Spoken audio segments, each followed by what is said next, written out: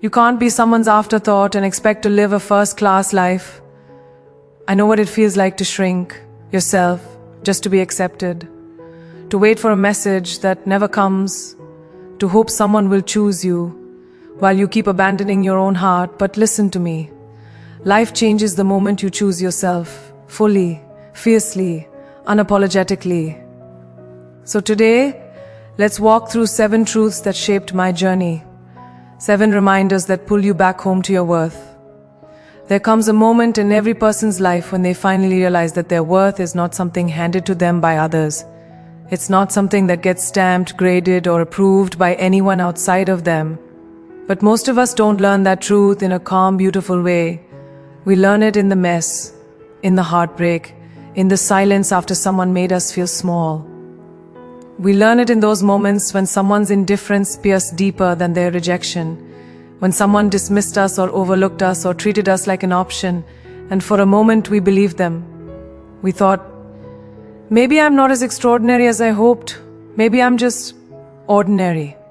Maybe they see something in me that I can't.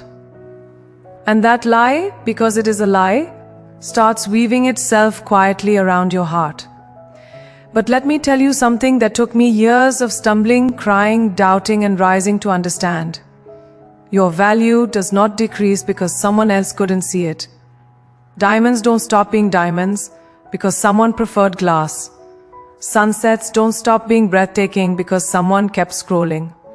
Your soul doesn't become less magnificent because someone lacked the depth or maturity or courage to appreciate you. We give people too much power sometimes. We hand them the authority to name us, shape us, define us.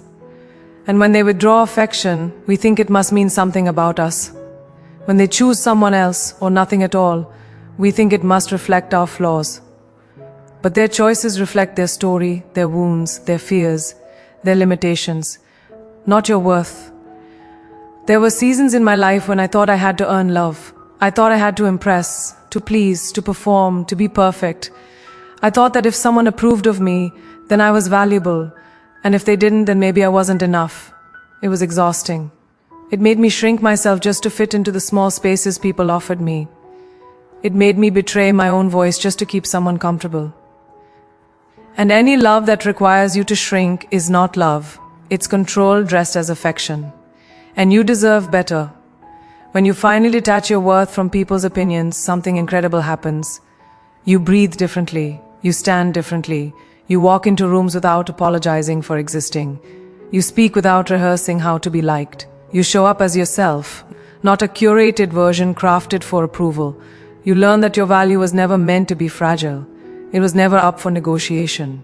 It was placed in you by something divine, and no human opinion has the authority to alter that. But here's where it gets powerful. Choosing yourself doesn't mean rejecting others. It doesn't mean arrogance, it means clarity. It means understanding that you are not a bargain. You are not a backup plan. You are not a consolation prize. It means knowing that when someone fails to see your worth, it says everything about them and nothing about you. Some people only recognize greatness when it's gone. Some don't understand loyalty until they lose it. Some can only love at the level of healing they've done. And it is not your job to wait while they catch up. Your job is to rise, to grow, to protect your heart like it's sacred. Because it is, and yes, it hurts when someone you care about doesn't see you clearly. It hurts when your effort goes unnoticed or your loyalty goes unappreciated. It hurts when someone chooses convenience over commitment. But pain can either break you or awaken you. And in that awakening, you remember something important. You were whole before anyone arrived. You will be whole long after they leave. And your story is not defined by who walked away. It's defined by the strength you found when they did. So today I want you to reclaim your crown. Not the one made of ego, but the one made of truth. The crown that reminds you that you are fearfully and wonderfully made. That no heartbreak can erase your brilliance. That no rejection can dim your light. That no not enough from someone else can override the more than enough written over your life. Stand tall, even if your knees shake, even if your heart is tender, even if the past still stings. Stand tall because you are not here to audition for worthiness. You are here to live boldly, love deeply, and walk confidently in the truth of who you are and who you are is priceless. There's a kind of exhaustion that doesn't come from working hard. It comes from running after people who were never meant to be chased. It comes from bending your life around someone else's comfort. It comes from constantly reaching for hands that never reach back.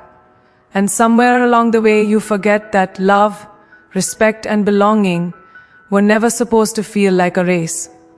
They were never meant to feel like a competition for attention. I used to think that if I just tried a little harder, cared a little more, showed up a little better, people would stay. I believed that loyalty could be earned through effort alone. But here's the truth. I had to learn the hard way. Alignment is stronger than force. Purpose is more powerful than pleading. What is meant for you does not require you to chase it endlessly. What is meant for you has a way of finding you exactly when you stop running after what drains you. Chasing people is a form of fear. Fear of being alone, fear of being forgotten, fear of not mattering enough.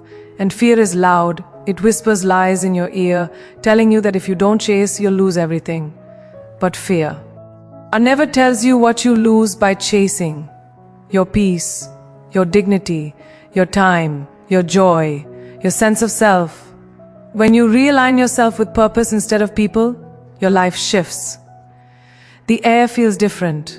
The world feels lighter. Suddenly you're no longer begging to be seen. You're walking in a way that makes you undeniable. You stop asking, do they want me? And start asking, do they align with where I'm going? That small shift is everything, because purpose attracts the right people. And let me tell you something, the right people don't have to be chased. They show up, they stay consistent, they give effort, they match your energy, they recognize your value, not because you convince them, but because they are capable of seeing it. And maturity is what makes someone capable. Healing is what makes someone capable. Emotional integrity is what makes someone capable. If they're lacking those things, your chasing won't teach them. Your chasing won't fix them. All it does is delay your own growth. When I look back at the moments I chased the wrong people, I realize I wasn't chasing them. I was chasing the version of myself I thought I was supposed to be. I was chasing the idea that if I earned someone's love, then I was lovable. If I earned someone's approval, then I was enough. But here's the twist.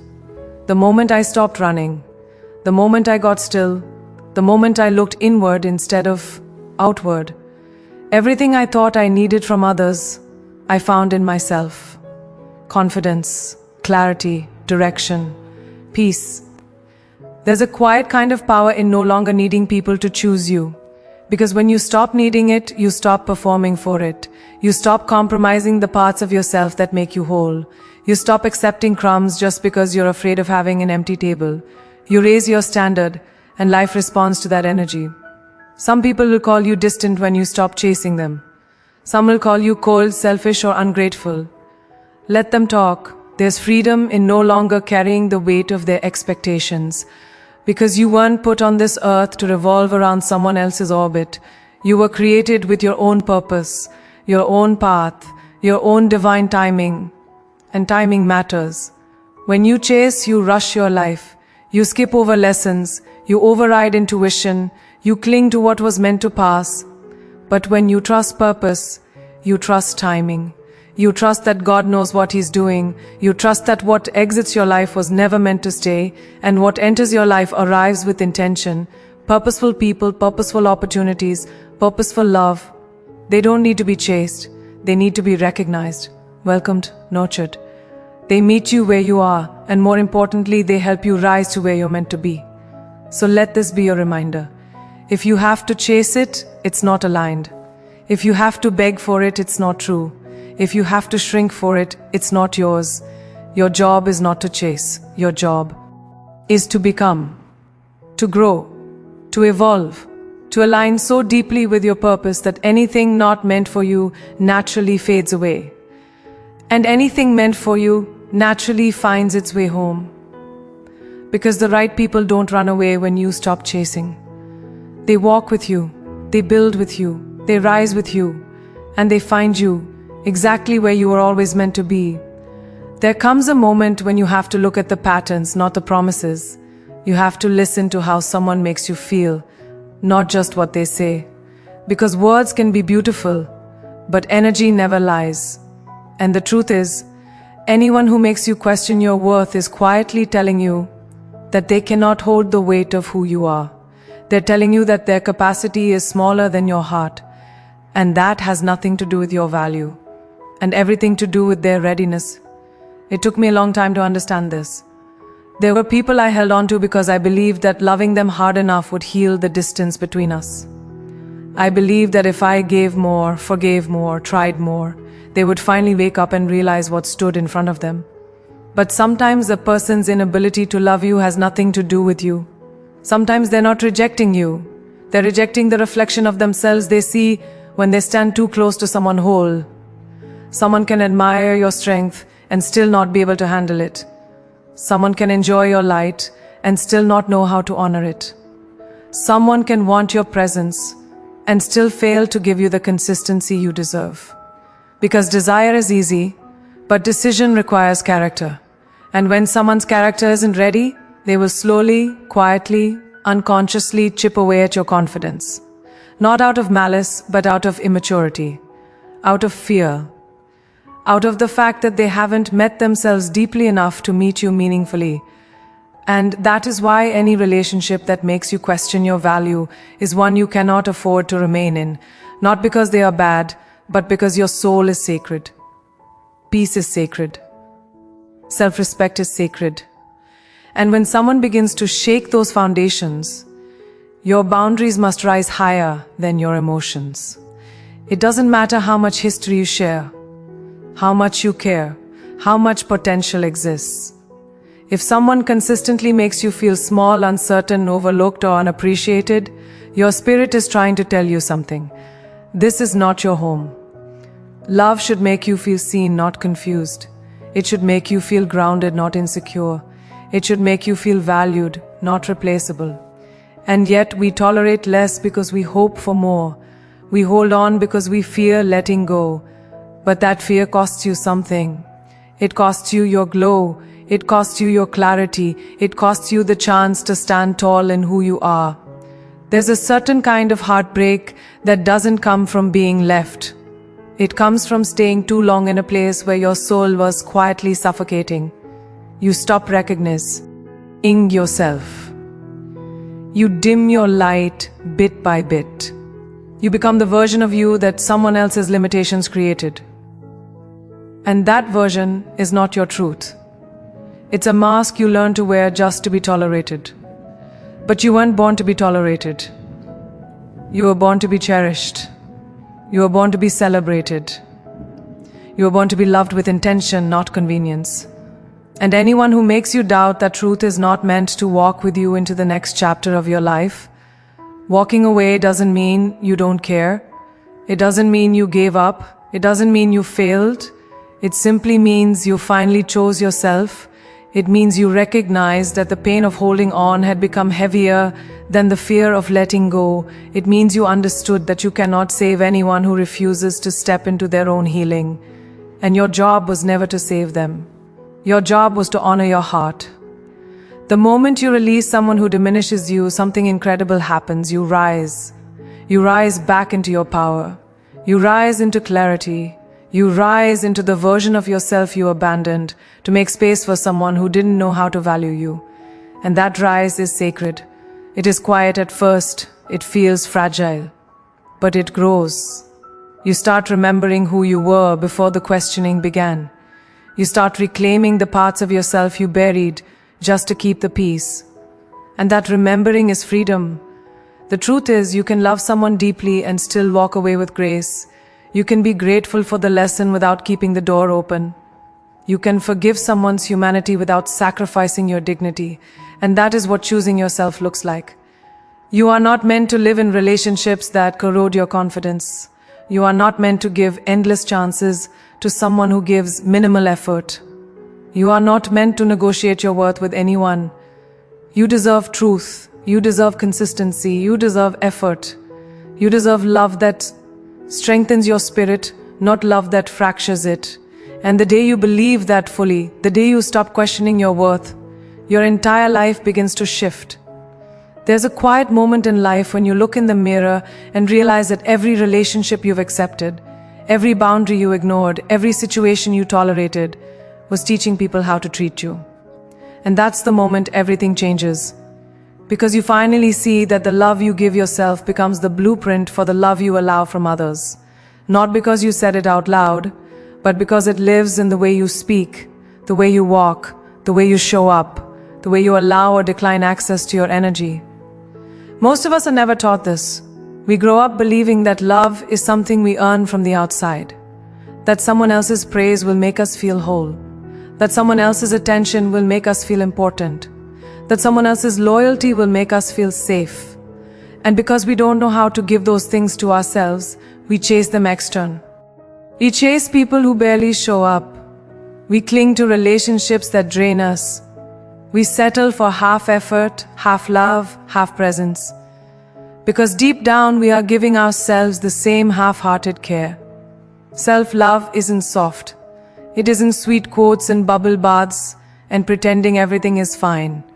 Self-love is the courage to tell yourself the truth, even when the truth is uncomfortable. It's the discipline to say no, even when saying yes would keep the peace. It's the strength to walk away, even when your heart wants to stay. It's choosing what's right for your soul, instead of what temporarily soothes your loneliness. There was a time in my life when I kept giving chances to people who never earned them. Not because they were special, but because I didn't believe I deserved more. I didn't understand that my standards were not walls, they were gates, and gates protect what is valuable. When you don't protect yourself, when you don't honor your own needs, the world mirrors that back to you. You attract people who match the level of care you give yourself. So if you treat yourself like an option, others will too. If you speak to yourself with doubt, the world will echo it. If you abandon your own heart, life will keep placing you in situations where you feel abandoned. But when you begin loving yourself, really loving yourself, everything shifts. You stop chasing anyone because you realize you are not behind anyone. You stop tolerating inconsistency because your soul begins to crave stability. You stop accepting crumbs because you finally understand that your hunger for love is not a weakness, it's a calling.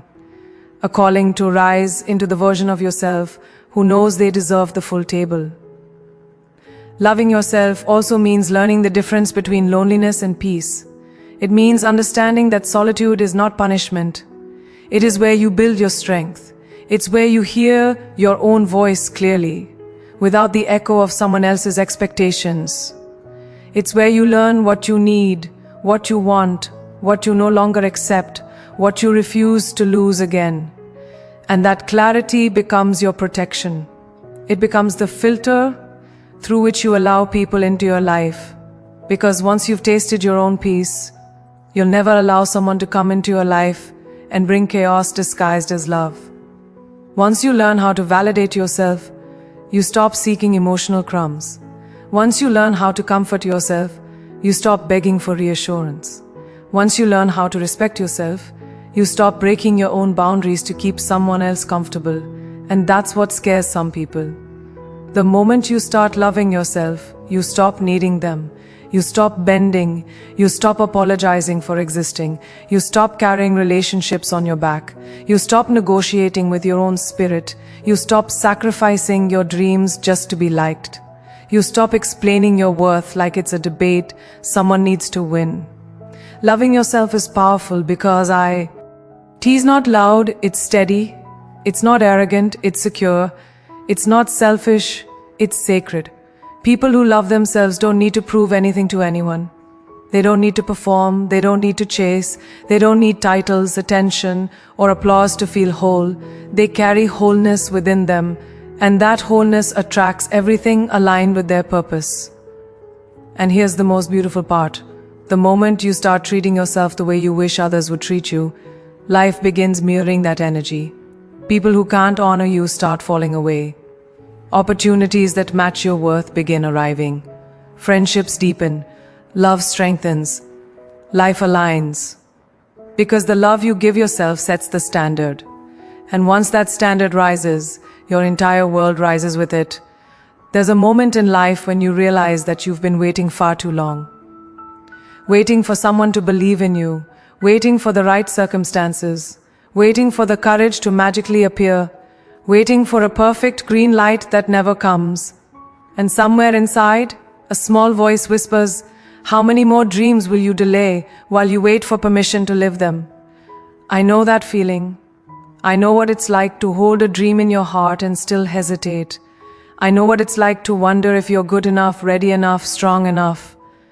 And I know what it's like to shrink, not because you lack talent, but because you're afraid of stepping into the version of yourself that your destiny is demanding. Fear makes you wait. Doubt makes you wait. Other people's opinions make you wait. And sometimes the wait becomes so familiar that you mistake it for preparation. But here's the truth that changed my life. Nobody is coming to hand you your purpose on a silver platter. Nobody is going to walk up to you one day and say, "Okay, now is the perfect time. Now it's safe. Now it's guaranteed. Now you can go." Life does not work like that. Destiny doesn't knock politely. It calls you silently, repeatedly, deeply, even when you pretend you can't hear it. If you spend your life waiting for permission, you'll miss the very opportunities meant to shape you. You'll miss the blessings, disguised as challenges. You'll miss the growth hiding inside uncertainty. You'll miss the miracle of becoming who you are meant to be. I had to learn that the world does not open doors for people who hesitate. It opens for people who show up. For people who move with faith instead of answers. For people who walk forward even when the path looks unclear.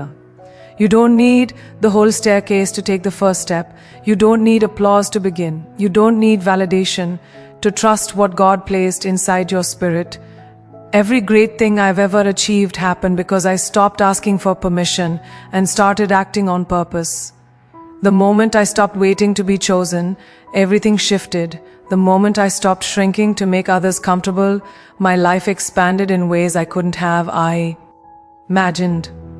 The moment I stopped asking, "Can I?" and started declaring, "I will," doors opened that once looked impossible. Permission is a prison when you depend on it. It makes you second-guess yourself. It makes you seek approval from people who are too scared to chase their own dreams. It makes you shrink your voice just so someone else can feel taller. But the moment you stop seeking permission, you become unstoppable. You begin to realize how powerful you've been this entire time. You begin to see that the only thing between you and your next level is your decision to rise. And don't misunderstand, stepping into your power doesn't mean you won't feel fear. It just means you won't bow to it. Courage is not the absence of fear, it's acting in spite of it. Every person who ever did something extraordinary felt fear. They just refused to let it drive the car. They refused to let doubt be louder than destiny. They refused to let hesitation dilute their calling. There will always be people who don't understand your dream, people who tell you to be realistic, people who think small and want you to think small with them. But listen to me, God didn't place that fire in their soul. He placed it in yours. Your dream wasn't meant to be validated by everyone. It was meant to lead you, to stretch you, to require your faith. And sometimes faith means doing it without applause, without clarity, without certainty, just conviction. Stepping into your purpose is an act of spiritual rebellion against the limits life tries to place on you. It is the moment you say, "I refuse to live smaller than the vision God gave me." It is the moment you decide that your potential is more important than your fear. It is the moment you choose courage over comfort. And when you finally stop waiting, when you finally step into your calling, life responds. People you never expected show up to support you. Opportunities you never imagined begin to appear. Momentum builds around you like wind under your wings, because life aligns with those who choose movement. Purpose aligns with those who choose courage. Destiny aligns with those who stop asking, "Am I allowed?" and start saying, "I am destined." So if you've been waiting for a sign, for a voice, for a clear signal, this is it. Stop waiting, stop asking, stop shrinking, step forward boldly. Claim your life, claim your dream, claim your power. Because the moment you stop waiting for permission, you start becoming unstoppable. There are seasons in your life when everything goes quiet. People drift, plans fall apart, the noise fades, and suddenly you find yourself alone. Not lonely, just alone. At first, it feels uncomfortable. You're so used to constant movement, constant conversations, constant distractions, that the stillness feels like a void. But with time, you begin to realize that this silence is not emptiness, it is transformation. You begin to understand that solitude is not loneliness. It is where God reshapes you. We of. Fear being alone because we're afraid of what might surface. The wounds we've ignored. The insecurities we've buried. The truths we've been too busy to face. But here's the thing. Transformation rarely happens in crowded rooms. Healing rarely happens in noise. Clarity rarely emerges from chaos. Growth begins in the moments when you sit with yourself and listen. Really listen. There was a point in my own life where everything felt unfamiliar. The people I once leaned on weren't there in the same way. The paths I thought were guaranteed suddenly became uncertain, and the plans I prayed for didn't unfold the way I imagined. It felt like being stripped of everything I thought defined me. At the time, I didn't realize that what I saw as loss was really alignment. What I saw as isolation was protection. What I saw as silence was guidance. Sometimes God removes people not to punish you, but to prepare you. Sometimes He quiets your environment because He needs you to hear Him more clearly. Sometimes He closes doors because He knows you're too loyal to walk away on your own.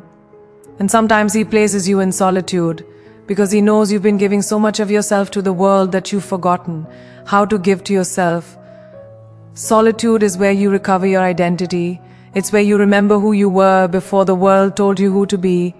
It's where the noise of others' expectations fades enough for you to finally hear your own voice.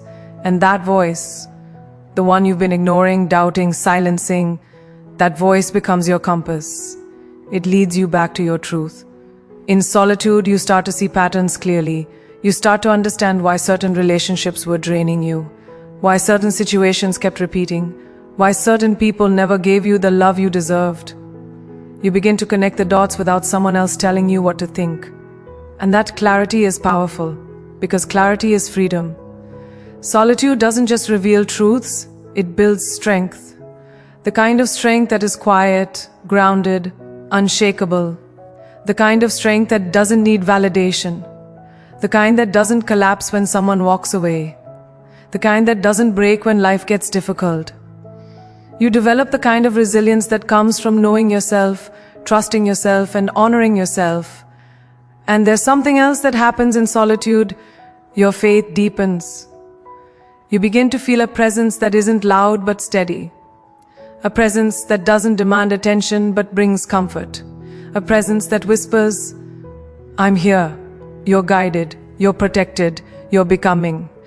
You begin to realize that you were never alone, not really, you just needed the quiet to feel the guidance that was always around you.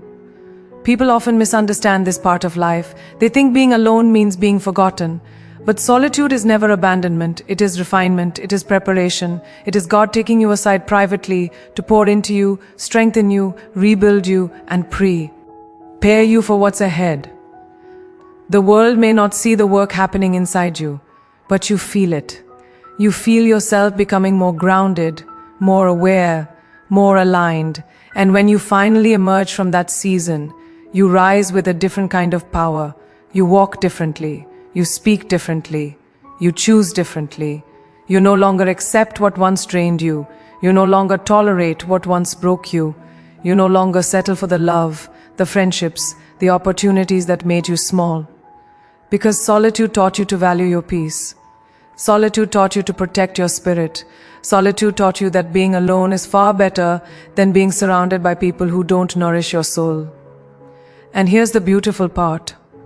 When God is finished reshaping you, He begins to bring the right people into your life. People who match your growth. People who respect your boundaries. People who bring peace instead of chaos. People who recognize your worth without forcing you to prove it. People who love you without conditions or confusion. So, if you're in a season of solitude right now, don't fear it. Don't rush it. Don't numb it. Let it do its work. Let it strengthen you. Let it clarify you. Let it prepare you. Because solitude is not the space where you are forgotten, it is the space where you are found. There's a narrative many of us grew up with, the idea that choosing yourself is selfish, that putting your needs first means you don't care about others. Protecting your heart makes you difficult, that having standards makes you demanding, that walking away makes you disloyal. And because of that narrative, we learn to abandon ourselves long before anyone else gets the chance. We give until we're empty, we stay until we're broken, we forgive without healing, we sacrifice without boundaries. And somewhere along the way, we mistake self-neglect for love. But here's the truth that changed everything for me. Choosing yourself is not selfish, it is sacred. It is the highest form of respect you can show to the life God entrusted you with. You were not put on this earth to be a placeholder in someone else's story. You were not created to be an accessory to someone else's comfort. You were not designed to live in the shadows so someone else could shine. Your life is a divine assignment, and protecting it is not arrogance, it is obedience. When you choose yourself, you're not choosing selfishness. You're choosing alignment. You're choosing peace. You're choosing clarity. You're choosing growth. You're choosing the path God carved uniquely for you. The path that requires your full presence, not your half-hearted survival. Choosing yourself means listening to your intuition, even when others disagree. It means honoring the discomfort that tells you something is off. It means trusting that the tug in your spirit is not fear, it's wisdom. It's God nudging you toward the life you were meant to live, not the one you settled for.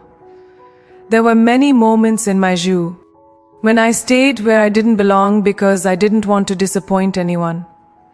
I tolerated behaviors that cracked my heart. I kept quiet when I should have spoken. I apologized for my boundaries as if they were mistakes. I betrayed my own needs just to avoid being called too much, too emotional, too independent, too strong. But every time I abandoned myself, I lost a piece of my spirit, and the world around me didn't get better. My soul just got quieter. Choosing yourself isn't about rejecting others, it's about refusing to reject yourself. It's about realizing that peace is not negotiable, that joy is not optional, that your purpose is not something you can outsource to anyone else. It's realizing that the people who truly love you will never ask you to shrink so they can feel larger. They will never ask you to dim so they can shine. They will never ask you to carry responsibility that isn't yours. When you choose yourself, you learn to walk away with grace. Not anger, not bitterness, just truth. You walk away from conversations that go in circles. You walk away from relationships built on confusion instead of commitment. You walk away from environments that pull you backward. You walk away from opportunities that require you to become someone you are not. And you do it with love. Love for them, yes, but more importantly, love for you. And something remarkable begins to happen when you make yourself a priority. Your life begins to align. You start attracting people who respect your boundaries instead of violating them. You start attracting opportunities that match your worth instead of insulting it. You start attracting relationships that feel like prayer instead of chaos. You begin to feel lighter, freer, more grounded. Your spirit begins to breathe again. Your heart begins to heal. Your path becomes clear. Because choosing yourself doesn't close you off from the world, it reconnects you to it. It reconnects you to your purpose, your faith, your inner strength.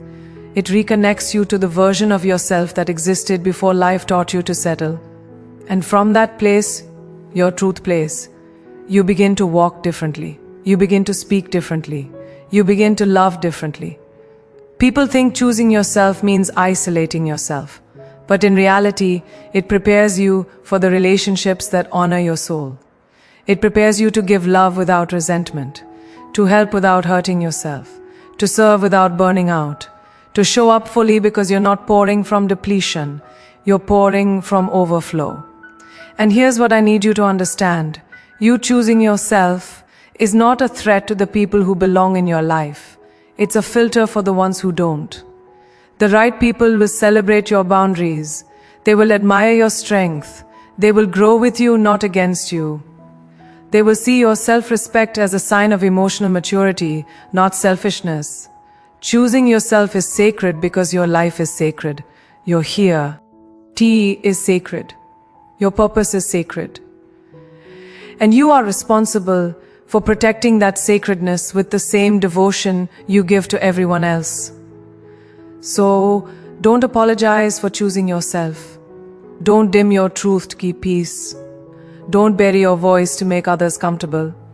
Stand tall, stand firm, stand in your worth, because the moment you choose yourself, you give the world permission to meet you at the level of your truth, not the level of your pain. And that is where your real life begins. In the end, life is not asking you to be perfect. It's not asking you to have every answer. It's not asking you to move without fear. Life is asking you to trust the one who placed the fire inside you, to trust that every step you take in faith is met by a step of grace, to trust that you were not created to live small, to shrink, to apologize for your existence. You were created to rise. You were created to grow. You were created to walk boldly toward the life that whispers your name in the quiet hours of the night. And hear me when I say this. When you choose yourself, truly choose yourself, you align with the reason God breathed life into you. You step into the purpose that was written for you long before you ever took your first breath. You begin to live not by fear, but by faith, not by permission, but by calling, not by chance, but by divine design. So take a breath, lift your head, step forward, because your story is not waiting for someone else's approval. Your story is waiting for your courage, your yes, your decision to rise. Go where you are valued. Go where your spirit feels seen. Go where your soul feels safe. And as you walk into your future with clarity and confidence, carry this truth with you. God never created you to be an option. He created you to be a light. So walk in that light, live in that light, shine in that light. Unapologetically, your next chapter begins the moment you choose yourself. And that moment is now.